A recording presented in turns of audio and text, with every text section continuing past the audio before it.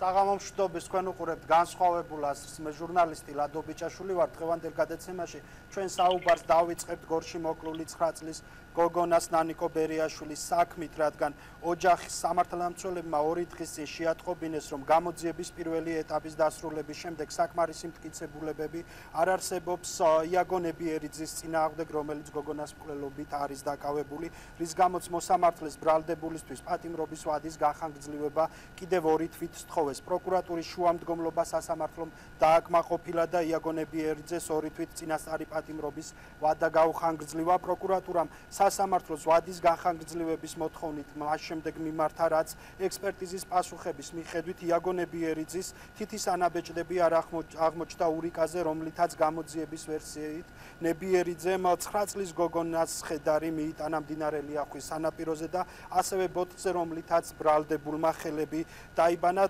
9 წლის გოგონას ოჯახის ადვოკატი გიორგი გელხაური ჩაგვერთვება ეხლა პირდაპირ ეთერში და სწორედ მისგან შევიტყობთ იმ კითხვებზე პასუხს, რა კითხვებიც გაჩნდა სწორედ ამ ინფორმაციის შემდეგ. საღამომშვიდობის ბატონო გიორგი, გმადლობთ რომ გვერთვებით და იღებთ გადაცემაში მონაწილეობას. პირველ რიგში მინდა კითხოთ მკვლელობის საქმის მასალებიდან გამოძიებამ ამ ეტაპზე რის დამტკიცება შეძლო და რა ვერ დაუმტკიცათ 9 წლის გოგონას მკვლელობის ამ ეტაპზე მხოლოდ ერთი პირია დაკავებული და ეს არის იაგო ნებიერიძე. მოგესალმებით, მივესალმებით თქვენს ტელემაყურებელს. რაც შეეხება ვადის განცხადებასთან დაკავშირებით, მე ამ თემით დავიწყებდი. ესე იგი, დღეს მდგომარეობით ბრალდების მხარეს საგამოძიებო ორგანოებმა მტკიცებულებათა ერთობლიობა ის შეკრება ვერ მოახერხა და სწორედ ამიტომ რომელთაც დადგინდებოდა ბრალდებულის გაანწმუნებელი განაჩენი და ასე შემდეგ, ამიტომ მოითხოვა მან დამატებით გამოძიების ვადის გაგრძელება, რათა დამატებით მტკიცებულებები წარადგინოს სასამართლოს წინაშე, რომ მოხდეს ბრალდებულის მსჯავრდება.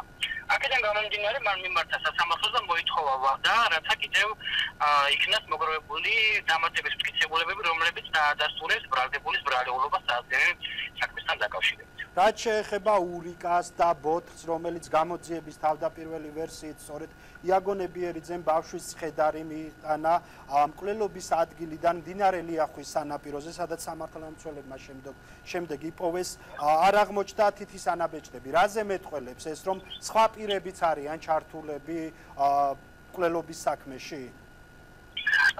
მოგეხსენებათ, ამ საქმესთან დაკავშირებით გამოძიების მიერ არაერთი ექსპერტიზა იქნა დანიშნული, რათა დადგინდეს ბრალდებულის ბრალეულობა, ხოლო რაც შეეხება დაქტილოსკოპიურ ექსპერტიზას და მის დასკვნას, როგორც მოგეხსენებათ, ამოღებული არის გამოძიების მიერ ურიკა და ასევე ამოღებული არის საოცრსაშუალება ფერის ბოთლი, რომელიც შემთხვევის ადგილთან ახლოს იქნა ნაპოვნი.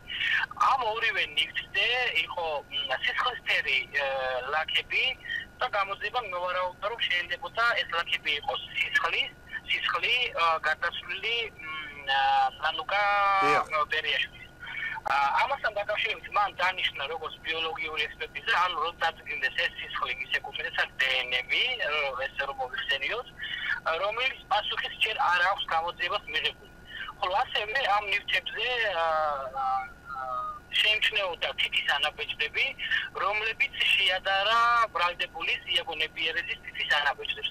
და ზუსტად ამასთან დაკავშირებით მოვიდა უარყოფითი პასუხი, რომ ის ანაბეჭდები, რომელიც ამ ნივთზე არის ამოსული, არ ეკუთვნის იაგო ნებიერიძეს. რაც შეეხება ვარაუდს, როგორც მოგეხსენებათ, ამ ეტაპისთვის მიმდინარეობს გამოძიება, ჯერ საბოლოოდ არ არის არაფერი დადგენილი, გარდა იმისა, რომ იაგო ნებიერიძის ტელეფონში იქნა აღმოჩენილი ფოტოსურათები და ვიდეო მასალა გარდაცვლილი ნანიკო ბერიაშვილის.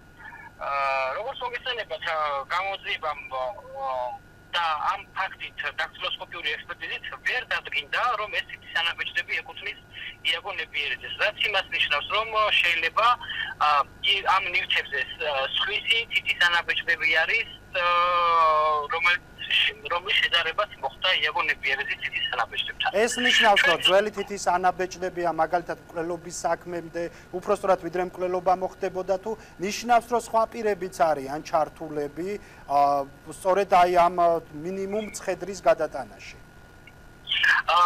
აპრიორში ეს ამას არ ნიშნავს და მე ესე ვერ ვიტყოდი, შეიძლება ამ ნივთებზე ეს თითის ანაბეჭდები, რომელიც ექსპერტიზაზე იქნა გაგზავნილი, შეიძლება მანამდე იქნა ეს ანაბეჭდები ამ ნივთებზე დატანილი და სწორედ ამიტომ. თუმცა ამასთან ერთად არაფრის გამორიცხვა არ შეიძლება, რომ ამ მკვლელობაში ან გარდაცვლილი ბავშვის გვამის გადატანაში იმაზე, სადაც იგი იქნა ნაპოვნი, მე ვერ გამოვიწყო, შეიძლება სხვა პირებდა ამაში მონაწილეობა. სწორედ ამიტომ არის გამოძიება ჩასატარებელი და გამოძიება უნდა დაადგინოს, როგორ მოხდა, ვის მიერ მოხდა გვამის გადატანა და ასე შემდეგ. დიახ, რაც შეეხება ასევე მკვლელობა, რამაც გამოიწვია ექსპერტიზამ დაადასტურა, რომ ბავშვის ცხედარს თავზე დაზიანებები ჰქონდა, თავის არეში მიყენებული, თუმცა ამით არ დამდგარას მისი სიკვდილიანობა და გაგუდვამ გამოიწვია. აი ამ კუთხით თუ გვაქვს რაიმე სიახლე და გამოძიებამ თუ დაადგინა რამე? ესე იგი, ექსპერტიზის დასკვნით დადგინდა შემდეგი რამ, რომ ნანუკა ბერიაშვილს, რომელსაც თავზე ჰქონდა მიყენებული დაზიანებები, ამ დაზიანებით არ მოხდა მისი გარდაცვალება. როგორც ჩანს, როდესაც მას თავში ჩაატყეს საგანი, იგი არ დამდგარა სიკვდილი, იგი არ გარდაცვლილა და მხოლოდ ამის შემდგომ უკვე მოხდა მისი გაგუდვა, რომელიც მას ასევე სილურჯეები არ ენიშნება ხელის არეში. ანუ გაგუდვით მოხდა ნანუკას გარდაცვალება. დიახ, რაც შეეხება უთხუარი მტკიცებულებები, თუ აქვს მაგალითად გასაგებია ერთი ის კადრები, რომელიც ამოიღო პოლიციამ ბრალდებულის ტელეფონიდან, სხვა რაც შეეხება უშუალოდ მკვლელობის საქმეს, რამაც გარდაცვალება გამოიწვია, იქ თუ არის ამ შემთხვევაში გამოძიებას თუ აქვს პროკურატურას თუ აქვს მტკიცებულებები იაგო ნებიერიძის წინააღმდეგ, ბრალდებულის წინააღმდეგ. სხვა რაიმე მტკიცებულება იმის, რომ ნანუკა ბერიაშვილი დაუშვათ ნანუკა ბერიაშვილი მოყოლ იქნა ბრალდებულის მიერ. სხვა მტკიცებულება გარდა იმისა, რაც ტელეფონში აღმოჩნდა ეს კადრები და მის ტელეფონში ინახებოდა, მე აქვე მინდა გითხრათ, რომ ამ ადამიანს ბრალდებულს ეს უკვე წაშლილი ჰქონდა ეს კადრები და ექსპერტიზის დახმარებით მოხდა ამ კადრების აღდგენა. სხვა რაიმე მტკიცებულება. ეს ადამიანი როგორც ჩვენებას იძლევა, თუმცა არ აღიარებს ნანუკა ბერიაშვილის თან ურთიერთობას და მის გადაცვალებაში მონაწილეობის მიღებას.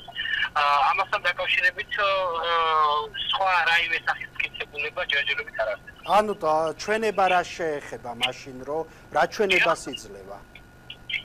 ბატონო ვერ გავიგებოდი. რა ჩვენებას იძლევა მაშინ? თუ თვითონ არ ჩაუდენია ეს? დიახ.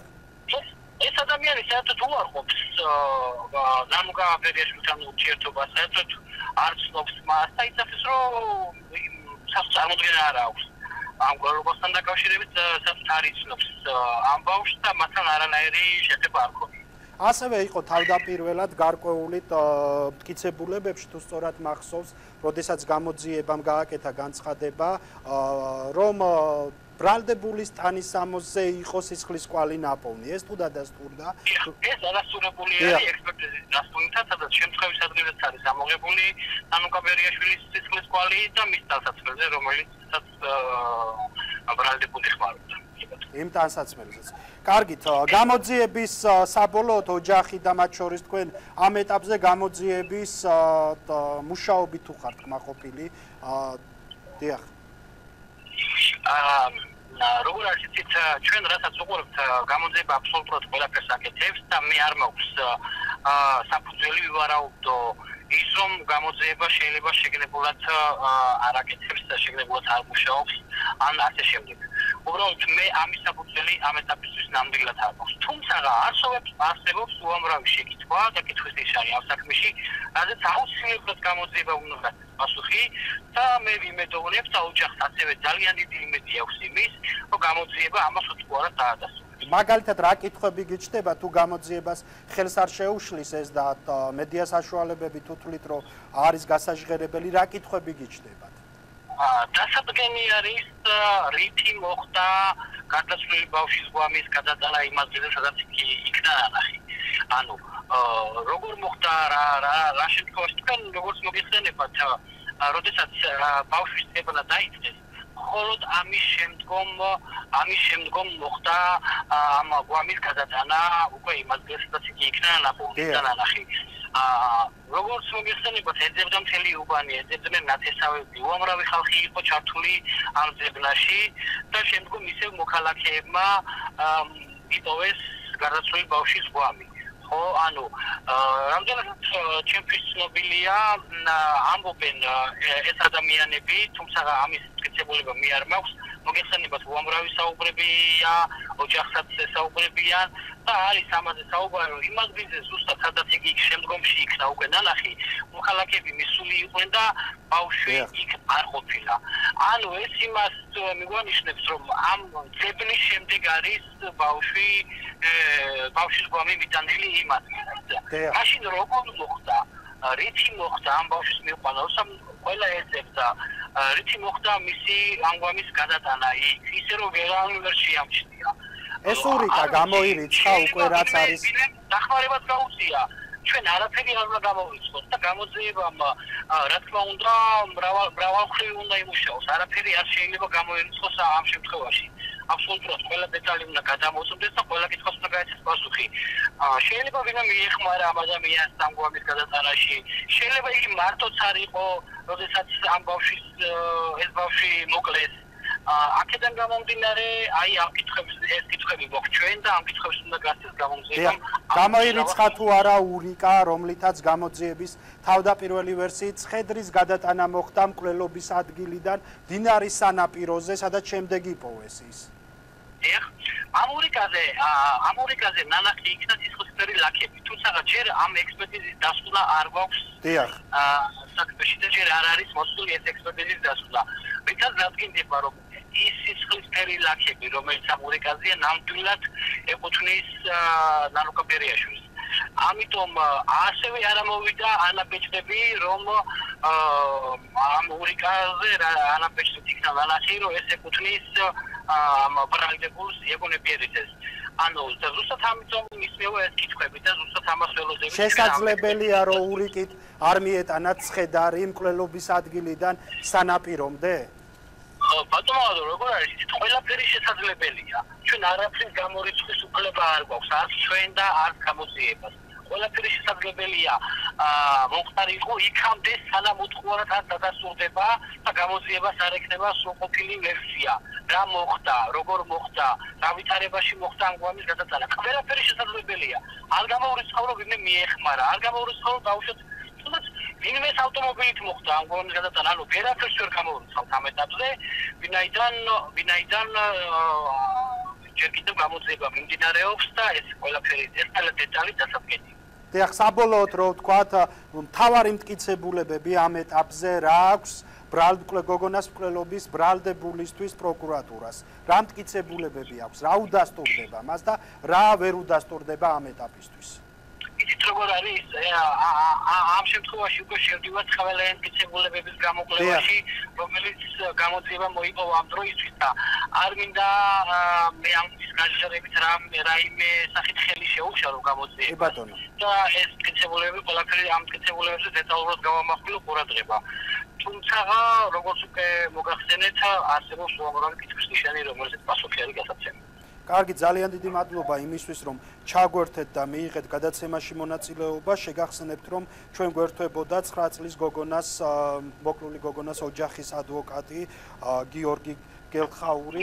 დიდი მადლობა ბატონო გიორგი. ჩვენ გავაგრძელებთ გადაცემას რეკლამის შემდეგ უკვე ვისაუბრებთ კრიზისი, რომელიც მართლ პარტიაშია, კრიზისი, რომელიც გამოიწვია მოსამართლეების უადო დანიშვნის საკითხმას, რა დროსაც ხელისუფლების პრაქტიკულად დაიყო უკვე აშკარა აფრთება დაიყო სახელისუფლებო უმრავლესობა და ერთმანეთს დაუპირისპირდნენ როგორც ეკაბესელია და ქართული ოცნების ახალგაზრდული ფლაგმანი ეგრეთ წოდებული, რომელიც ეკაბესელიას განცხადებით სწორედ იმ მოსამართლეების უადოდ დანიშვნის საკითხს ეხება, რომელიც იგივე როდესაც დღევანდელი ხელისუფლება სისხლიან 9 წლად მოიხსენიებს და მათ შორის გამოყოფს სასამართლოს, რომელიც დაქვემდებარებული იყო ხელისუფლების ვერტიკალზე, იმ დროს იყვნენ მოსამართლეები და მათ მიერ გამოტანილ განაჩენებზე არაერთი კითხვა ჩდება. ამ საკითხს სწორედ ადვოკატებთან ერთად შევაფასებ, თუ რა ხდება დღეს სასამართლო ხელისუფლებაში. რამდენიმე წუთში ღია ეთერში რეკლამის შემდეგ ვბრუნდებით.